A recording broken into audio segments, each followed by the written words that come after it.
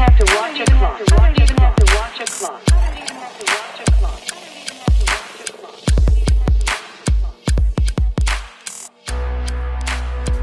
Hello. Thank you so much for listening to the Bold Moves podcast. I'm the host, Mandie Brice, and this is episode number 163. Raise your hand if you're an introvert.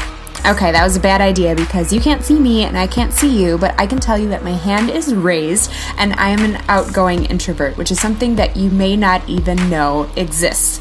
Basically, it means that I love my alone time and recharge from my alone time and really like small groups, but that being in crowds or big groups kind of wears my energy. I'm an outgoing introvert because I'm not shy and have no problem speaking in front of crowds or having my own podcast. However, that is a huge feat for some introverts who are on the shyer end of the spectrum. That is the case for one of my podcast guests, the one that you're going to meet today, Anung Vilay. She has a blog and podcast specifically for introverts with tips on how to enjoy life to the fullest, as well as how to make it in business and other personal development areas.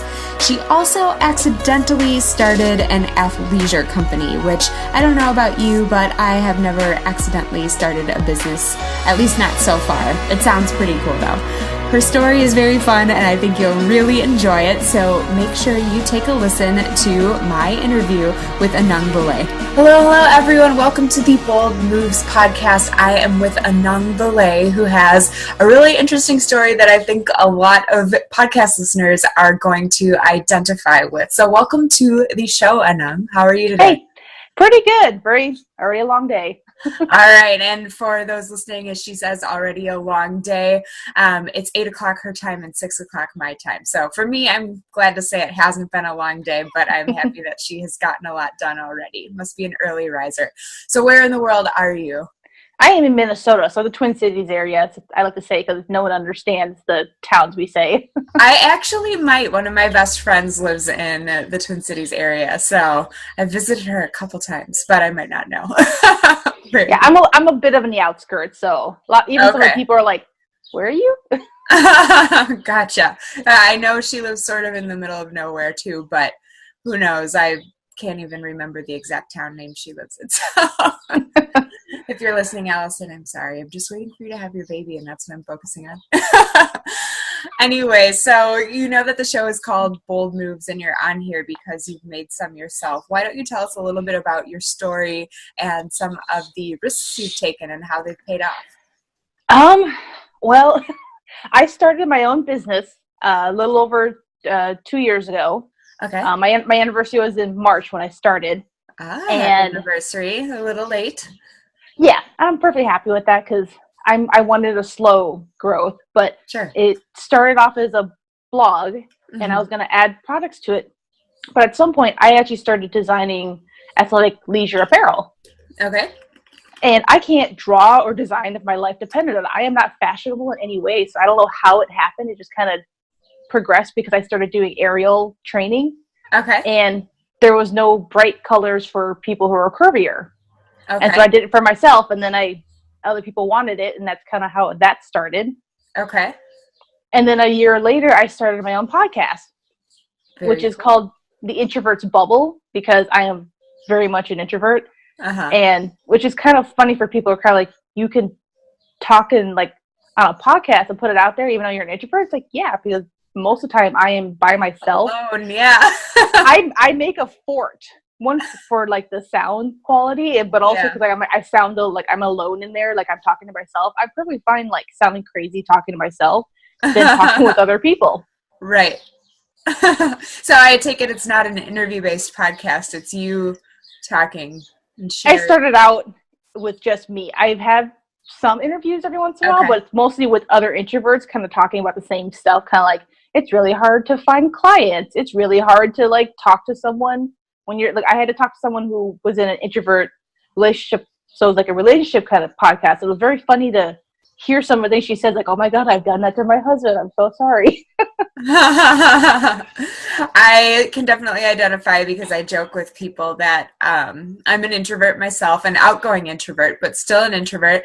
And I don't like talking on the phone. And while my husband calling me on the phone when we were dating was something that set him apart from other guys, because so many people just text now, which is for the most part fine with me. I thought it was kind of cute that he was a little old-fashioned and called me on the phone. And now when he calls me, I'm like, what? Why? And then I have to remind myself, okay, he's in love with you. You're married. He wants to talk to you. That's not weird. Answer the phone and be nice. Don't be crabby because he interrupted you. Yeah. Part of me thinks it's kind of like, is there an emergency? Why are you calling me? I'm like, what do you want? Yeah. But yeah, I feel the same way, but I can definitely identify, and you'll have to remind me when this is over, because actually I think about a year ago, I had on a woman who is an introvert, and she's an expert in networking for introverts. So that might be a good potential contact or guest. She lives in, I believe, Nigeria, but she's amazing. So I'll have to connect you two, because you have that similar interest and niche in common. So yeah. But yeah, going back to your athleisure designing, which sounds like a dream because I pretty much live in athleisure. I can't believe there's so many things that I can't believe in 2007 or 2018 are still a thing. And one of them is what you said exactly, that curvier women and the options for clothing. It's sometimes kind of depressing that, you know, they think people should be dressed in all black or in like frumpy, like just because you might be curvier doesn't mean you're old. You don't have to dress like a grandma. So why don't you tell me a little bit more about how that evolved and came to be? Well, because strangely enough, I started going to aerial stuff because I have other introverted friends who are just so scared to do anything new. So they tell me to do it, and I do it for them and let them know, like, hey, look, I didn't die. We're okay. Go try it. Yeah. And I fell in love doing aerial. And we've actually a very big circus community in Minnesota. Okay. I never knew that. Yeah, I didn't know either until I got into it. And it's very big on, like, bright colors and kind of obnoxious, like, patterns and stuff like that.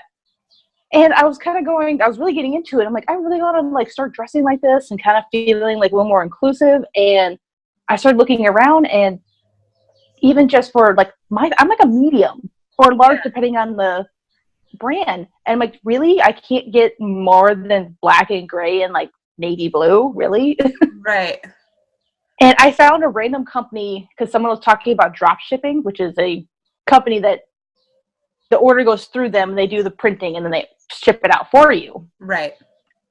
And I started looking through it, and I found one that had, like, t-shirts, and then they were going to have leggings coming out. So I was like, I'll just try a couple t-shirt things. So I have, like, random funny sayings, like pet all the doggies. Like, I have unicorn things and stuff like that. So I started wearing them. Like, my first ones were mermaid leggings. Okay. So there's 5 different colors. They're, like, faded in and out. So it's kind of like I'm partially hidden, but not with the scales. Yeah. And just people started really liking it. Like, I didn't design it myself. Like, I'd like draw it really. I look worse than, like, a third grader drawing and coloring. And I got a graphic designer I showed her the picture. I took a picture of the picture that I drew really badly, and then explained it, like, a really long paragraph. Like, this is what I want and how I want to do it. And, like, I can't draw it, but here's what it kind of looks like. Yeah. And they like created it for me because I don't want to use InDesign or Illustrator or any of that stuff. Like, I do Photoshop, and that is it. And, like, it was actually not that expensive to do, especially if you want to, like, do your own t-shirts or other, like, designs and everything else. Like, it's doing a graphic designer through it is really not that expensive. And I was like, might as well try it. Yeah. And I just, more and more people wanted it when I started wearing it around, because, like for me, I do wear athletic leisure stuff all the time. I think I had this, like, last 3 months, I wore, like, a regular pair of pants, like, twice. You might have me beat. Yeah, because I work from home too, so I'm kind of like, why do I want to wear anything? I'm either gonna go clean something or go walk the dog. That's the only time I'm going outside, really.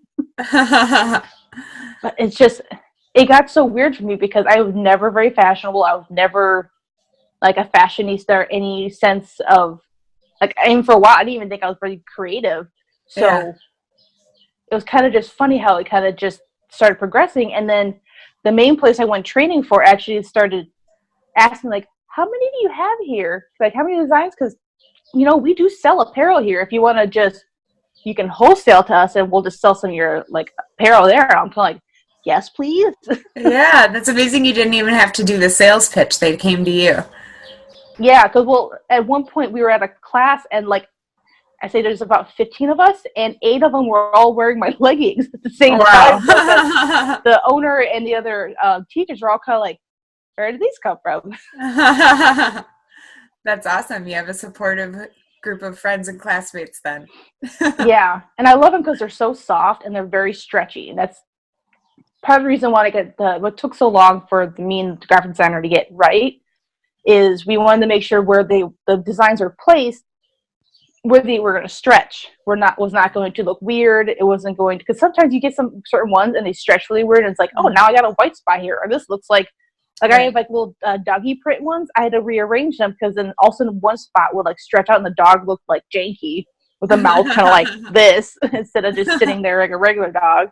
Right. So and that's what I try to do. I try to like put them in certain spots so it looks nicer. It's very slimming in its way. And right now I'm in works now with an actual manufacturer to completely design my own leggings, like the actual fabric and design it instead of a drop shipping.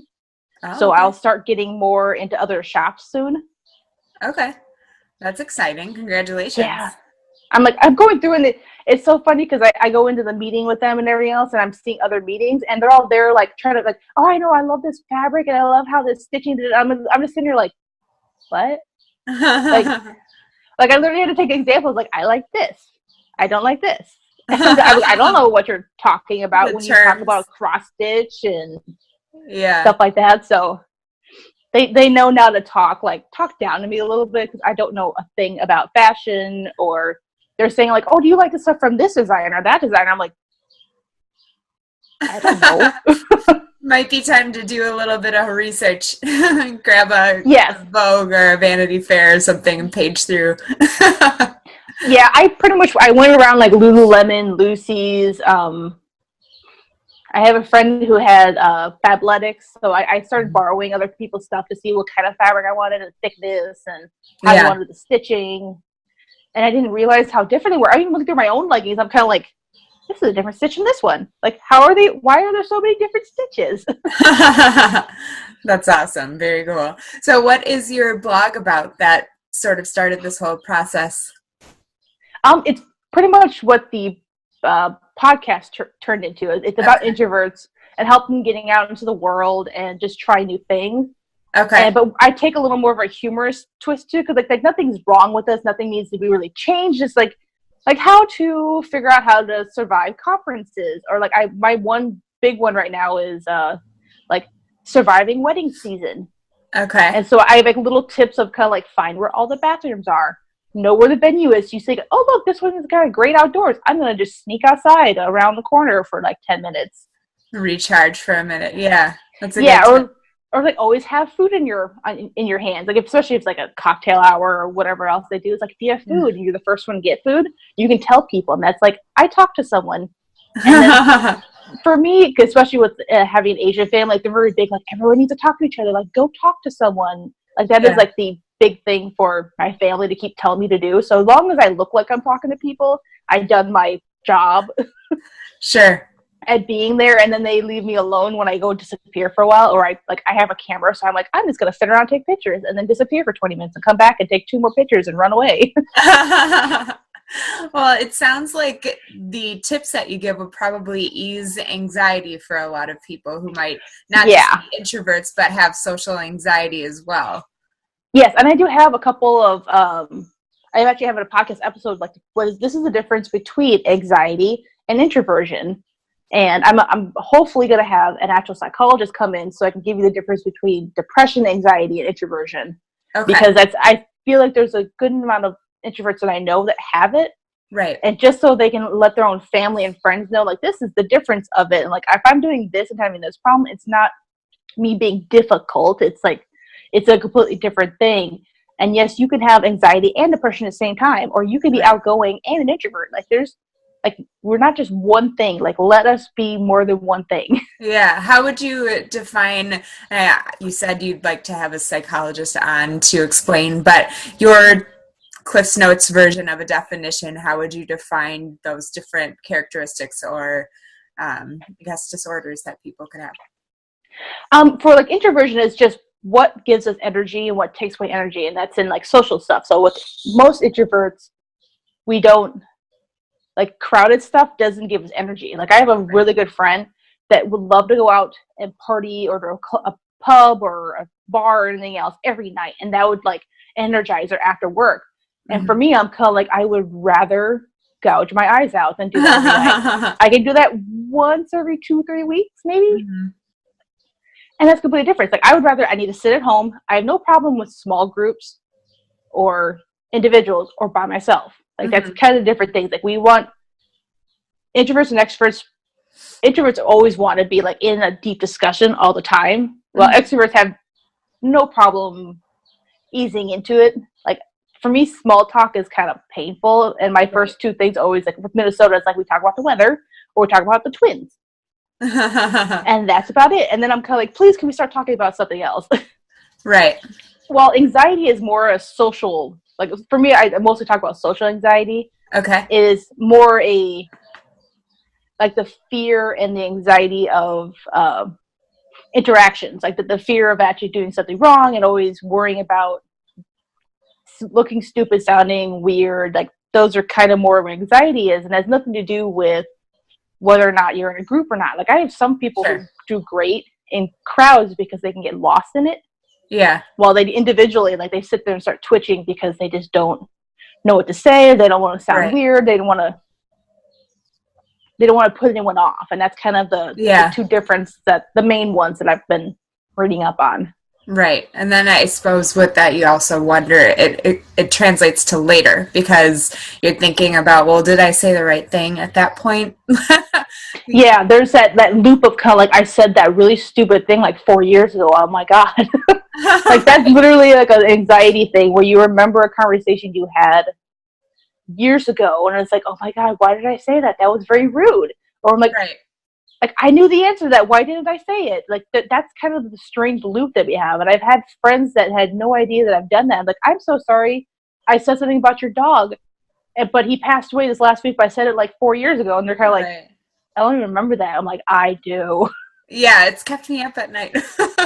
Yes, like I woke up in the middle of the night because of this. And I had to like calm myself down and then go back to sleep.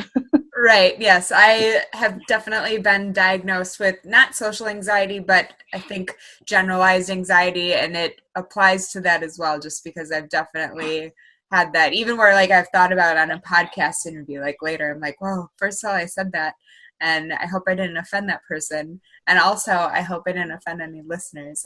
And you just like you said, get stuck in that feedback loop. So I can identify with that. And then I'm definitely, like I said, an introvert. So I'm going to have to check out your blog and podcast and see what I can get from it. Cause it sounds like you're serving a lot of people who have those challenges that they probably appreciate it. Yeah. It's been very strange too. Cause I have a lot of people like, how do you do the podcast? Like, I literally put on headphones that don't connect to the thing so I can only kind of hear myself just to make sure I can hear my speed and my volume. Right. But luckily my screen has a thing telling me like, you're too loud or not. Yeah. But I don't do much editing, and I have someone else do show notes for me. So I don't even like listen to myself. I have someone else listen to make sure that I edited it okay. Yeah. Because anytime I'm even doing an interview, like they're on my show or I'm on someone else's, I'm always like, I'm so sorry. Why did you have me here? Because I sound very weird, or I'm just like, no one really likes the sound of their voices. And that's kind of like, that's just my strange introversion anxiety connecting together. And it's kind of like, why do you people want me to talk? Well, I think one thing that's amazing for introverts about the internet is that it's on your terms. So, I mean, obviously we set up this appointment and hopefully you still felt at least a little outgoing at 8 a.m. and that we're cool now. And like, this is one-on-one and not small talk. So I'm sure that helps. But like, you can text on your terms. You can email, chat, whatever you want to do on your terms, where if you're like, okay, no people, I don't want any people, you can also turn off your devices and have that valuable alone time. So I think that works. As long as you're not shy, the podcast thing makes sense to me, I guess. Yeah. And I think I had to do it by myself for the first 8 episodes, because I did like a mini series in the very beginning just to kind of figure it out. One, right, because of that, and 2, because I had to change my name of my podcast because someone took the trademark to it. Oh, okay. From underneath me. So it's kind of like, but it was early enough that I was like, okay, I'm just going to pivot and run in the other direction. I figured out a different name and had to get a trademark for that, which sucks. Well, I'm glad that it worked out for you and that you have the new name and you're rolling. So I'm curious, with all of these variety of things, the blog, the podcast, and the athleisure, what would you say your purpose is? And if you don't know, that's cool. But if you do know, I'd love to hear it. Like for my own purpose for myself is just to have freedom. Mm-hmm. And I've been slowly trying to find ways to help other people have that. Like for me, that's the overarching like theme of my life is freedom. And I feel like everyone else deserves that in any way they want. Like whether it is trying to figure out a side hustle so you can have more money, to either transitioning that to a full-time business, taking more time to go on vacations, just little things if any bit possible. Mm-hmm. And so for part of the reason why I did the athletic leisure is that we don't need to always be dressed like to the nines. Mm-hmm. And I like the idea of being able to wear this at home, go for a walk, and be able to go out and hang out with family and everything else and not have to change. Mm-hmm. Like I have cousins who go do just as much stuff as I do, and they change like 4 or 5 times, redo their hair, redo their makeup. I'm like, I don't have the patience for that or the drive. Mm-hmm.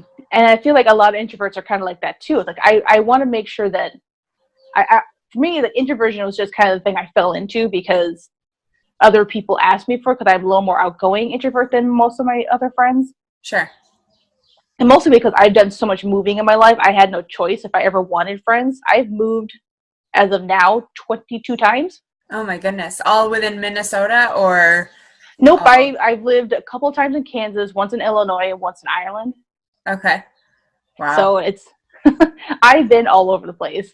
Yeah. I'm hoping to do some more later, but it's just, for me, like the idea of just freedom, like whatever it is for each person, whether it's the option to be able to take more vacations or be able to date a little more relaxed in the sense, or just anything. Yeah. And so that's part of what my blog and podcast are about. It's just kind of normal everyday stuff if need be, but in just the lens of introversion, because there's a lot more of us out there than a lot of people think, just because it's an American thing that extroversion is the good thing. I'm like, no, it's not. Y'all need to like shut up sometimes. Gotcha. So I don't think we covered this, but I'm curious how the transition went. So you said you started your blog and then podcast like a couple years ago, and the athleisure thing kind of happened almost by mistake. What were you doing a couple years ago, and did you like just suddenly quit your job and start the blog, or how did that transition go? Or is it still going? It's kind of ongoing, but I honestly, since college, so I just turned 31 a couple months ago, so happy birthday. And I've been trying to find what I've been wanting. Like I've done some writing. I actually have like 5 other side hustles. I actually write short stories. I've done photography. I do landscaping and wildlife photography too. So that was my first creative thing I started. Okay. And I've literally been going from part-time to part-time jobs. I did a couple full-time jobs, but mostly in retail and stuff like that, and customer service, just so I had the time and space to explore. I did a lot of journaling. I tried so many different things. I tried to be a VA. I tried editing. I've done so much stuff. I tried wedding photography, and that is no ever again. Too many people and too many like people get crazy at weddings. Oh my God. I was going to say that doesn't sound like an ideal introvert career. No, I just tried it because it was family, friends, and everyone's like, oh, it should be fine. Like, there's only like 50 people there. No, there's no. And it's honestly, it took me a good 8-9 years of trying dozens of things. And like, I had another blog before this one that was just kind of like a lifestyle one. I was just trying out new things just to kind of check out blogging. And I worked at a bookstore for a few years, and I finally got connected with enough people that kind of helped guide me to which direction I kind of wanted to go. And then I actually did get a business coach because I was like, no, I'm going to do it this way. I'm going to try this. And I worked with her for 3 months. Mm-hmm. So we did something every week for 3 months. She helped me build up exactly what my business, what the brand was, how to do the website, like everything. And it was great. And that foundation has made it so much easier for me to grow, while everything else I've been doing hadn't quite stuck, at least enough to be like a full-time business, because it was just I was all over the place. I was just trying it out, and I didn't really have any plans. I didn't really have any idea what I was doing, which is, I was lucky that I was able to do that, because all of my part-time jobs or even full-time jobs I've had gave me more leisure in my time. Yeah. Except for the one awful 6 months I had to work at Walmart. that was like my personal hell for a while, because it was a small town we had to move to for my husband's job. And that was the only few jobs there that wasn't like, you need a master's degree to do this, or you just need to be part of the family. I'm like, I am already dating someone. I'm not going to marry your son just so I can get a job. Gotcha. But it's just, and I really like that I was able to do that I was able to just try new things and keep going. Because I know so many people are like, you need to get a job, and you need to you need to stay there for years. Luckily now people are more allowed to move from job to job every few years. But I really like that I was able to do that and try new things, which I do still do a lot of those side hustles because they're fun. Like I like writing short stories and stuff that I just do ebooks. I do it under a different name. Okay. Partially because I don't want my mom to know I write erotica. I love it. Well, hopefully she doesn't watch this or listen to this episode. It doesn't matter. She won't be able to find the name, and she'll never ask. It'll just get like pushed back somewhere else. Yeah. Like I love doing my photography. I do every time I travel. I go a couple times up to Ely to International Wolf Center. I take pictures there, and some of those pictures go into their calendar. I sell some of those to magazines. I do stock photography sometimes. Like, I love it. Yeah, I like being able to do like 20, 30 things all the time. I'm with and you. It works for me. Like my husband cannot. He needs the one job and one hobby, and he's like, that's it. What does he do, both for job and hobby? He works in swine nutrition. Oh, okay. Yeah, so he's like he does the research for a company down in Marshall, Minnesota. Okay. Yeah, so it's a very strange thing, but it runs in the family actually. Oh. And then he does woodworking, and we just started doing leather work. Okay. So cool. He does that. Hopefully, at some point, he'll get into a business because that's his plan. He's just a lot slower than me on that. Well, having two entrepreneurs could be a challenge. So maybe it'll be good to be established, and then before he makes the leap. And I mean, you need to eat healthy things. Yes. So he can take his time, but like it took him like 3 years to like decide, like, I think I'm going to try to turn this into a side hustle and then a business. I'm like, it took you 3 years to figure that out. Well, not everyone has that mindset, I guess. No, especially not in his family. They're very big on you stay in one job until you die. Like there is no retirement. Got it. So with the different things that you've done, how do we find you online if we're looking for you, if we want to see? I mean, it sounds like some of the things you're doing are under pseudonyms, so we won't find you there, but the main stuff.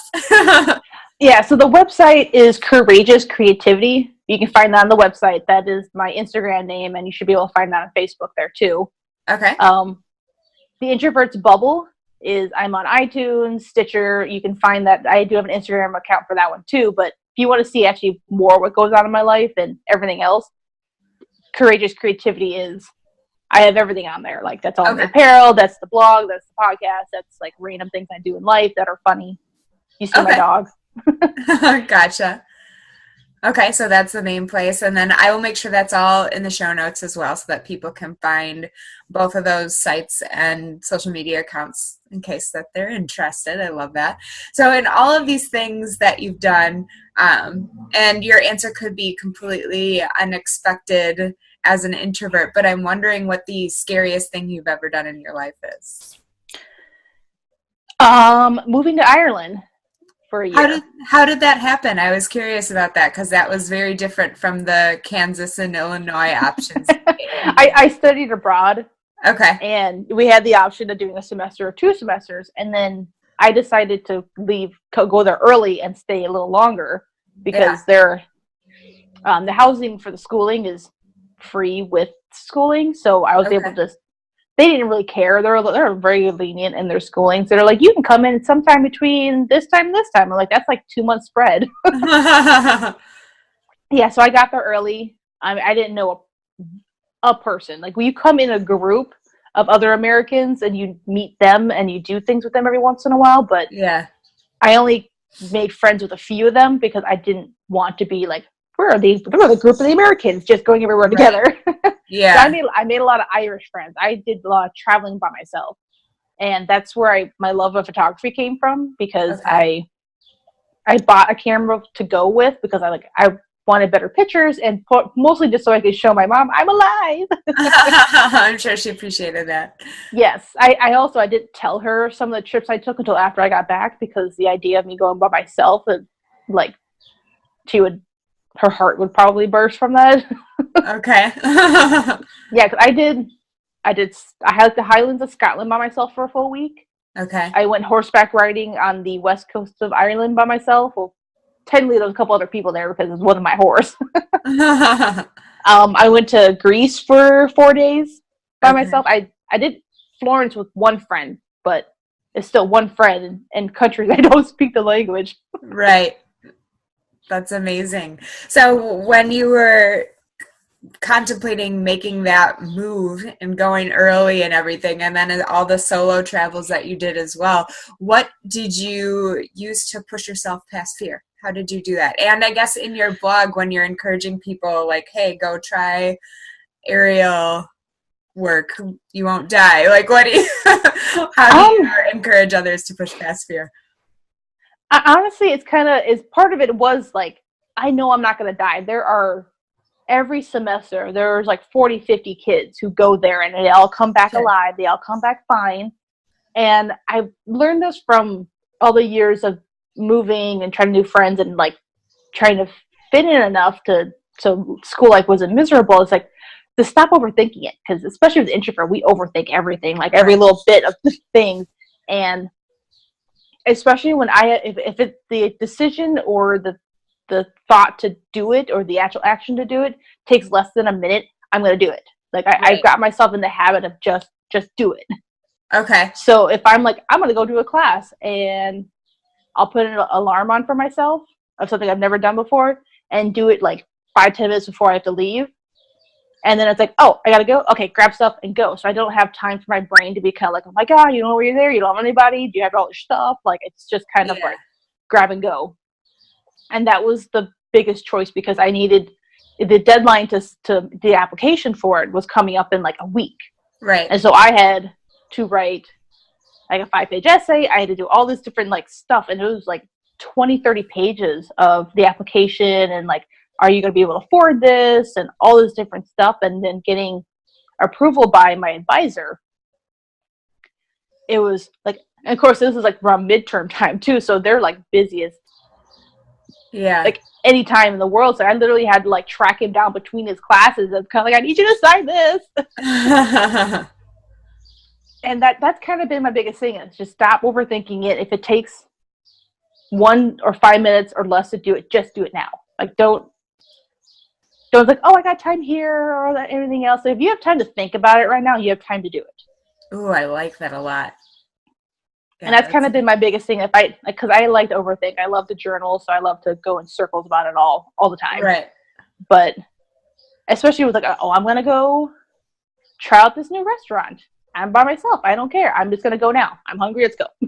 Yeah, I like that. Have you ever heard of the 5-second rule? I've heard of it, yeah. But the book. Yes. Yeah. It sounds like the same kind of concept as she kind of pushes herself by counting backwards from 5. Like when she's like, oh, I know I should do the dishes right now. 5, 4, 3, 2, 1, let's go. So it sounds kind of similar to that. Do you have any book recommendations?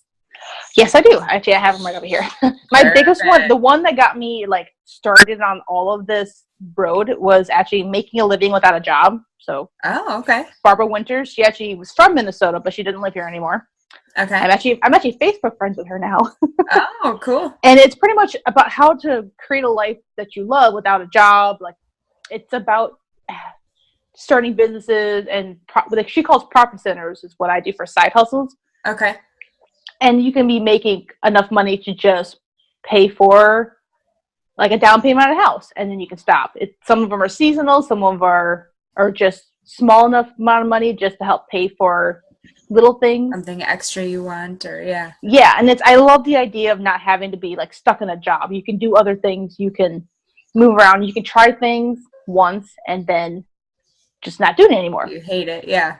Yeah, and like I love the idea of seasonal stuff, and that's what a lot of my side hustles are. Like, I work at the Renaissance Festival, which is mid-August to end of September. So every weekend, that whole time, I go in there in costume and I sell stuff, and I love it. It's a very strange thing for an introvert because I'm talking to so many people, and I am loud and obnoxious there because I can be because I'm in costume. Yeah, I was gonna say you're not you really, so you can step outside of that comfort zone a little bit.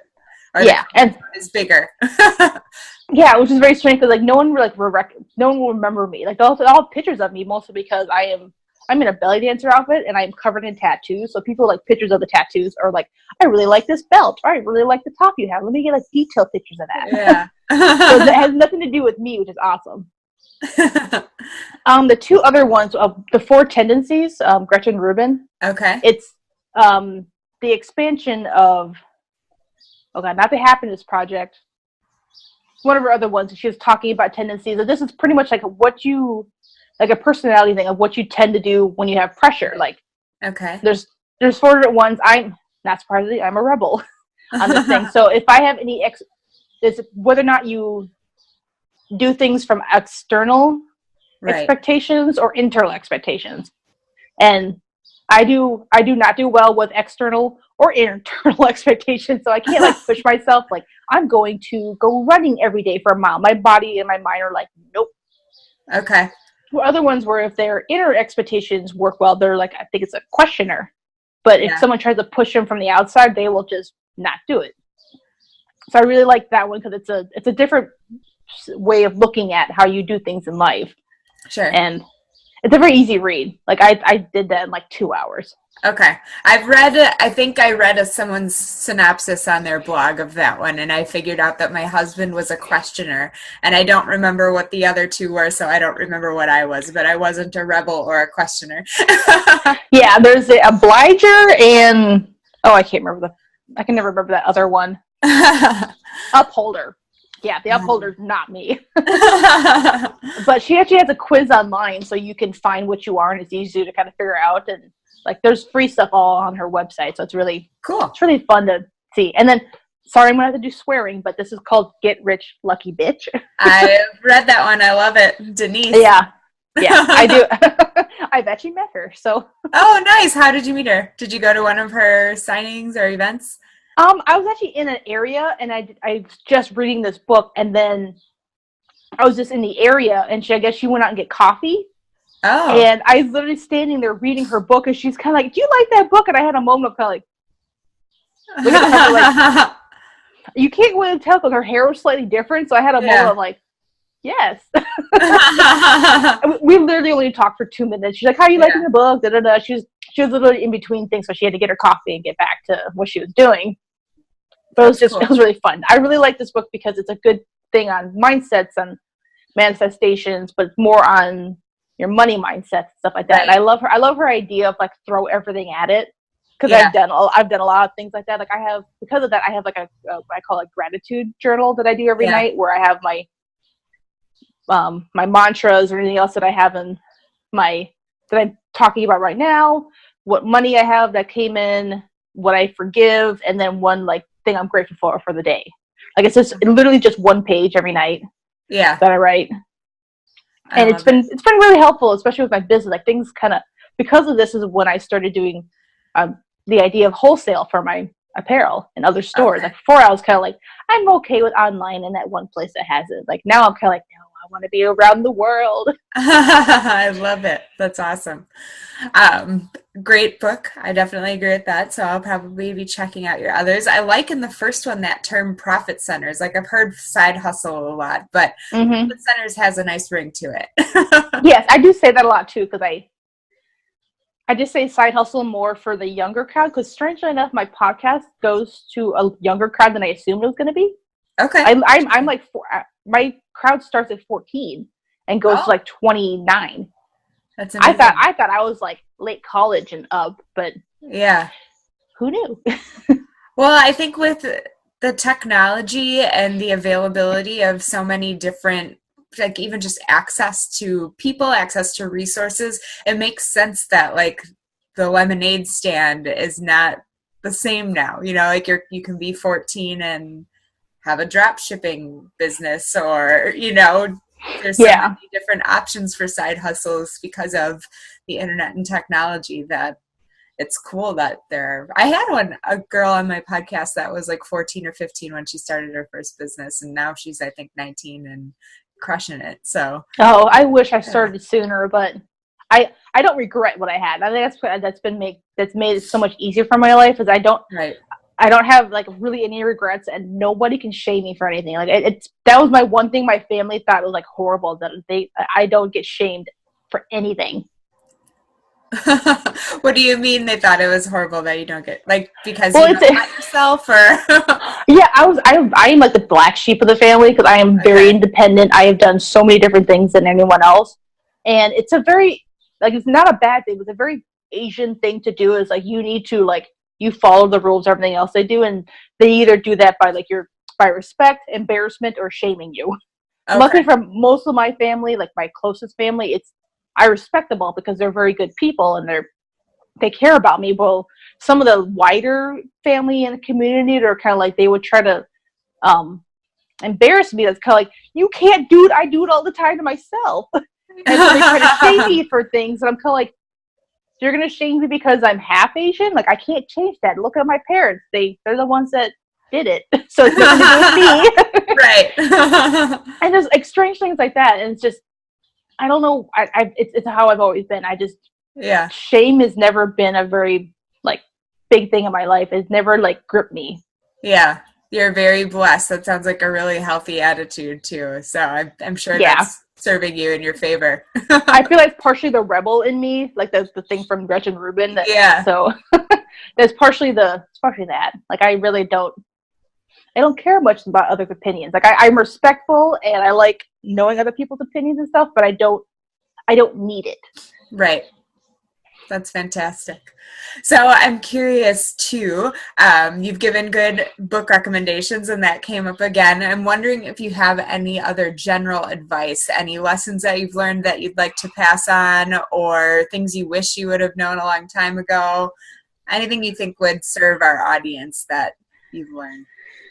I feel like the biggest one, I've actually saw this on a thread on Tumblr, and I've kept on to this, is that especially with people with anxiety and just general fears, is that no one is really watching as much as you think they are. No one really cares as much. So just do it. Right. So like I literally had to, like, one person, she said, like, she had to bring up like show and tell. She brought a giant python with her, had to get out of a city bus and then a school bus, and no one noticed The whole time she got to school, no one, her teacher didn't even notice until she got up and like Python unwrapped her body, and they're kind of like, "How'd that get here?" Yeah. And so like that's my biggest thing is like, don't worry so much what other people are thinking or gonna like say and everything else, because we're all so much in our own world that it's not that bad, and most people don't even care. Like for me, I would have been kind of like, "Oh, that's awesome! You have a snake there. Please keep it over there." Like, I don't have any problem with animals, but it's like I had time in my life where I just didn't do anything because I was just so worried about looking stupid or doing anything wrong. And it's kind of like nothing you do for the most part for what most people want to do in life, like you're not gonna die. Right. And that's, especially with anxiety, that's that loop of like all the worst things that happen. And it's kind of like I like that line from Hangover. I don't know which one it is, kind of like about the guy driving. It's kind of like, but did you die? Yeah. No, then move on. Right. I love that. So those are my two biggest things that I do in life. It's kind of like no one is watching as much as you think they are, and you're not going to die. So just do it. Those are great tips. And I think just like your advice is so on point because, like you said, people are so much in the world that they're not going to notice. And I thought for sure you were going to bring up Tim Ferriss' 4-Hour Workweek, because one of his main things is when you're afraid to make a list of all the worst things that could happen for whatever it is, the decision you're making, and then write the potential solutions. And you'll see that like even the worst case scenario is usually not something that's going to, like, okay, if you quit your job to start your business and you don't make any money, you might have to get another job, or you might have to do this. But like you said, in most scenarios, it's not, and then you die. So yeah. And I've had a couple of friends that I've talked through some of this stuff, and like I show them how ridiculous they are, because then I start throwing in things like, oh my God, what if you did this? You went to go off and do grad school and you found a thing for dinosaurs and you'd extinct the human race. Like I just throw your ridiculousness in there, and they realize kind of like, I am going that direction. Like they're not as bad as what I say, but I'm kind of like, I like throwing it in there. Like this is where you're going. This is right. Your mind's literally going in circles and a direction that is not even possible. Like you're not going to all of a sudden, like you're not doing something where you're going to start a car crash and then there's like 30 people dead. No, like you're literally just going to, like, you may be out $50 because you tried something and you didn't do it right. There you go. Like money comes and goes. That's how it is. Right. That's great. I love it. Well, I'm going to ask you my last question, and it seems like you've been so many different places, so this could be interesting. But I love asking this one. If 8-year-old Anung had a crystal ball and could see 31-year-old Anung now, and you can kind of, you know what you're doing the next few weeks, couple months maybe. But if you could see, you could see the journey in between and where you are now, on a scale of 1 to 11, how excited would little you be to see you now? It'd definitely be an 11. Yeah. Because I've always been big on being creative, trying new things, traveling. Like I got to sit in a park with a bunch of wolves in like right here. Like I had literally one eating my shoe. Wow. I've done traveling. I was in Greece for the anniversary of the marathon. Wow.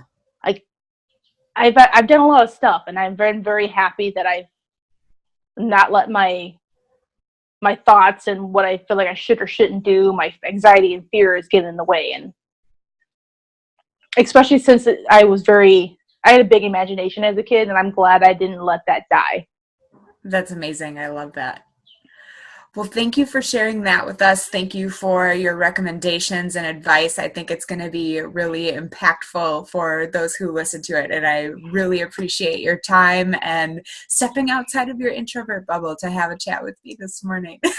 Yes, I just expanded a little bit into the internet. I love it. I'm glad to be part of the expansion, at least for the last, 45 minutes or so.